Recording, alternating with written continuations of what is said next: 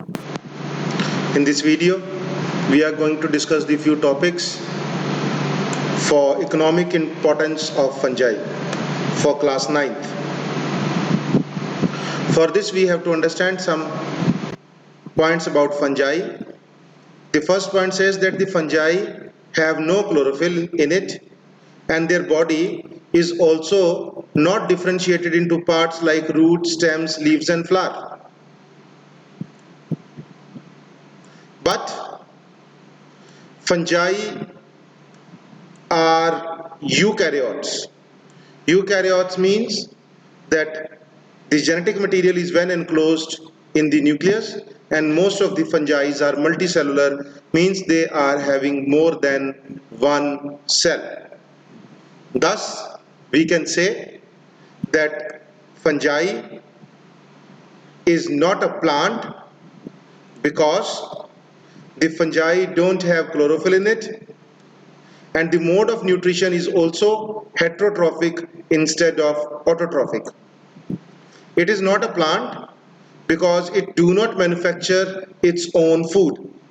Therefore, we can say that fungi is not a plant and its body is not differentiated into roots, stems, leaves and flower, and it is a eukaryotic and a multicellular. Moving on further, now we are going to discuss the useful role of the fungi. We will be using fungi in various segments, in various industries. Hence, to start, let's start the usefulness of fungi in industries. And the first product in which fungi is used is wine. Wine is an alcoholic beverage. Wine is an alcoholic beverage just like beer. Beer is also an alcoholic beverage. And these two products are formed by the process of fermentation. Now, studying about fermentation. Fermentation is a process in which the microorganisms like yeast and bacteria, they break down the simple sugars such as carbohydrates into simpler products like ethanol or lactic acid in the absence of oxygen. This process is called fermentation.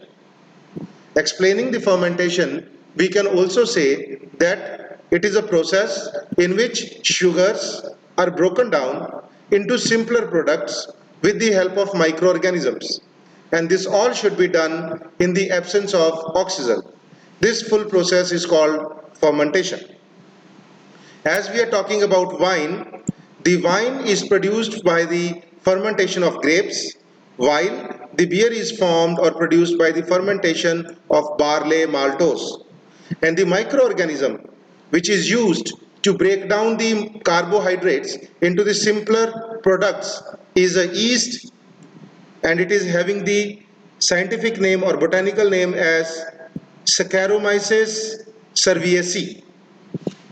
In this fermentation, the glucose, which is actually the carbohydrate, in the absence of air is broken down into two products, that is ethanol, which is also called ethyl alcohol, and carbon dioxide. Hence, the microorganisms helps in breaking down of the glucose or carbohydrate. For the preparation of wine, grapes are crushed in a large container and they are fermented. For fermentation, yeast cells are used. Yeast cells are added to the process, and when the fermentation occurs, ethanol, which is called ethyl alcohol, is produced in the solution. And the concentration of the ethyl alcohol produced comes up to near about 12%. And when the percentage of ethyl alcohol comes up to 12%, then this amount of concentration of ethyl alcohol starts killing the yeast itself, and the portion which is left behind is called wine. So this is the process how wine is produced in industries. Moving on further, now we will study the characteristics of wine. This wine is quickly absorbed in the body. This wine, if it is consumed in the mild quantities, it may be used as a stimulant to get relief from the pains. But if it is consumed in the large quantity, it is harmful for the human body. and if taken in the excess quantity, it may lead to a disease called liver cirrhosis, which means the liver gets affected and it may be harmful for a person. Thus, we can say in mild quantities it may be good or it may be used as a stimulant, but in large quantities it is very much harmful for the person. The next process which we are going to study for the fungi is baking process, or it is also called bread making process. In the bread making process, the flour is taken, some amount of fat is added to it, some amount of salt is added to it, and water is also added to it as the required amount, and it is kneaded and a dough is made. This dough is used for making bread in the bakeries. The starch which is present in the flour, it gets started converting into sugar in the dough.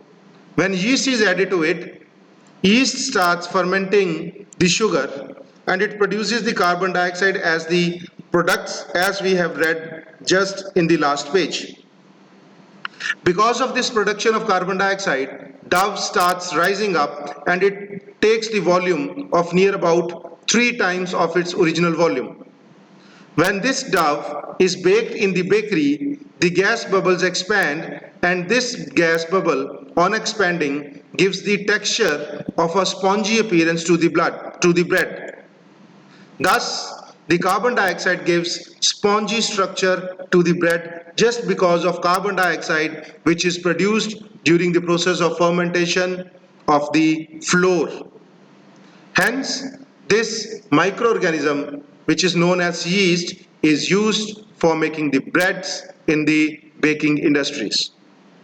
Moving on further, we are going to study the production of cheese and the usefulness of microorganisms known as fungi in the production of cheese.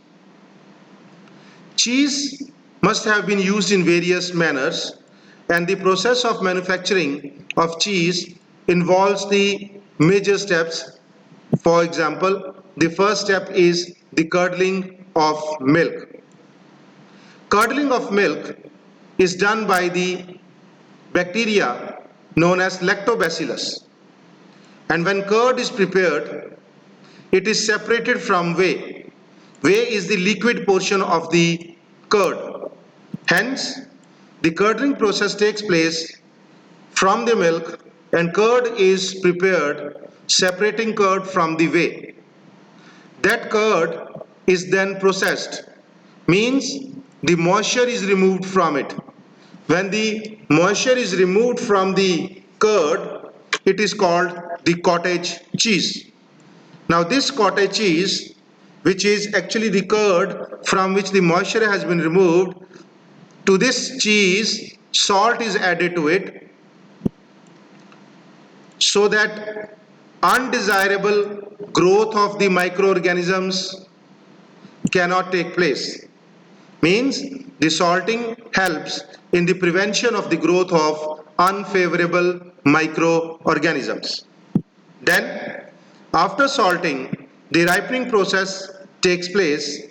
The curd is kept at suitable temperature, in a suitable humidity, and the microorganisms added later on along with the lactic acid bacteria, which is known as lactobacillus, gives different flavors to the cheese. Hence, in ripening, the cottage cheese is given different artificial flavors. This is the proper preparation of the cheese by using yeast as the microorganism. The next topic which we are going to study is the fungus itself, that is in the form of mushroom, and the topic is mushroom cultivation. You all must have seen or eaten mushrooms in your daily life. But the thing to remember is not all mushrooms are edible. Some are very much poisonous. There are few breeds of the mushroom which can be cultivated or eaten in our meals. The first breed is white button mushroom which is called Agaricus bispora. The another mushroom is paddy straw mushroom which is called Volverilla. The third mushroom which we can eat is oyster mushroom which is called Pleurotus. So only these few mushrooms can be eatable because rest of the mushrooms are very much poisonous. Now, just because of the lack of the ground for the fields to produce the large amount of crops, the mushrooms can be cultivated indoors also. Means by putting a less effort in a small area, we can grow mushrooms so that the yield can be taken out as the mushroom cultivation. For this, various steps are there for the cultivation of the mushroom, and the most important thing is that white button mushroom, which is called Agaricus bispora, is the most popular variety of the mushroom in India. And the process for the various and the different steps for the prep for the production of the mushrooms are composting, spawning, casing, cropping, harvesting, and preservation. So let's start with the first one, that is called composting. Compost. Compost is prepared by mixing the straws of wheat or the straws of paddy along with chicken manure and by adding some organic and inorganic fertilizers. The mixture of all these things is called compost. The mixture of all these things called compost is kept at 50 degrees Celsius for around 1 week. After a week, then the mushroom seeds are added to this compost. When these mushroom seeds are added to this compost, then they are allowed for there for a couple of days. Moving on further, after a couple of days, a thin layer of a soil, a very thin layer of a soil is put onto the compost which is already having mushroom seeds on it. And this is called casing. Putting up of a thin layer of a soil on the compost is called casing, and it is important just because casing gives support to the mushroom to grow. Casing also provides humidity. Casing also prevents the quick drying of the compost, and casing also helps to regulate the temperature so that proper yield of the mushroom can be obtained. There are certain precautions for casing also. The thing is that the arrangement which is done is should be having a proper circulated area around the beds, and the temperature should always be maintained before or below 20 or 25 degrees Celsius so that the growth of pests and other diseases can be prevented. After casing, the mushroom grows well and this crop is then cultivated or it is harvested. The growth of the mushroom, that is the mycelium of the fungus or mushroom, it grows well within 2 to 6 weeks, and within this time period tiny pinheads come up of the mushroom. These button stages mushrooms which grow bigger and then they are taken out from the taken out from the compost. When these mushrooms are harvested or are taken out from the compost, then they have to be preserved because mushrooms are very perishable. They get destroyed by itself. It is having a very less or very less shelf life, means it can damage itself. So it has to be preserved as it is very perishable.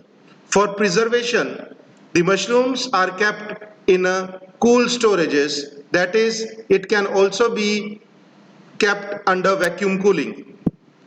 It can also be given gamma radiations so that it can help, so the gamma radiations can help for prevention of the mushrooms from undesirable other microorganisms, and the storage should be done at near about 15 degrees Celsius, and this temperature is low enough to prevent the growth of other microorganisms. Sometimes the mushrooms can be deep fried, mean it can be kept in a deep freezer, means it can be freezed. So freezing of the mushrooms can also help in the prevention of the mushrooms. Hence, the prevention can be done by placing the mushroom at a very low temperature. Moving on further, the next thing is the nutritive value of mushrooms. Mushrooms are very good source of vitamins and minerals. They have a good amount of niacin, pantothenic acid, and biotin in it. The mushrooms are having good source of vitamins in it, and the vitamins in the mushrooms are well retained during cooking, canning, and dehydration. Moving on further to the compositions of the mushroom, fresh mushroom may contain 80 to 85% of moisture, 3% of protein, 4% of carbohydrates, 0.3 to 0.4% of fat, and near about 1% of mineral vitamins. The important thing to remember is do not try eating mushrooms from the field, because as we have studied that most of the mushrooms are poisonous and they can be even fatal to the human body. So that's all in this video.